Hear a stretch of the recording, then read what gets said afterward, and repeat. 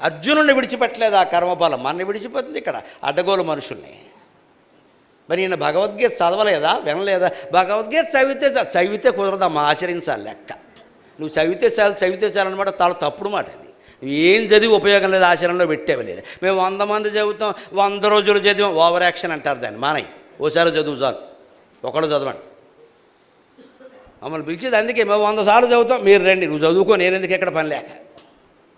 1000 మంది చదివాం, 1000 రోజులు, ఎందుకంటే పని లేదు. అందరూ ఒక్కడ కూడా ఆచరించరు ఇక్కడ.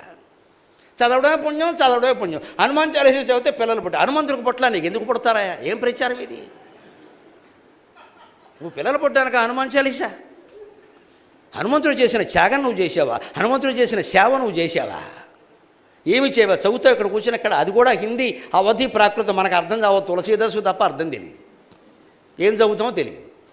అర్థం కాని స్తోత్రాలు అంటే మనకి ఎంత ఇష్టమో, ఎందుకంటే అర్థమైతే ఆచరించాలి కదా, అందుకని అర్థం కానివే చదువుతాం. ఆచరణ ఎగ్గొట్టేయచ్చు. ఎందుకు ఎగ్గొట్టేవాడు? నాకేమో అర్థం కాలేదు. అర్థమైతే ప్రమాదం. అందుకే తెలుగు స్తోత్రాలు, తెలుగు పద్యాలు చదవ, మావి అర్థమవుతాయి, బుర్రలో ప్రవేశిస్తాయి. ఆచరించాలని అనిపించకూడదు, మనకు అయోమయంగా ఉండాలి జీవితం అంతా. అదే చదువు. ఎంత అయోమయం అయిపోతే మనకంత ఆనందం అండి. అర్థం కాని పాటలే వింటాం మనం, అర్థం కాని సంగీతమే వింటాం, అర్థమైన పద్యాలు వినమండి. అర్థమైన మాటలు గుచ్చుకుంటాయి మనకి, గుచ్చుకోకూడదు. గుచ్చుకోకుండా ఉండాలంటే అర్థం కాని సంస్కృతంలో చెప్పాలి. ఇంక జీవితం వ్యర్థమైపోలేదా? దయచేసి ఆలోచించండి.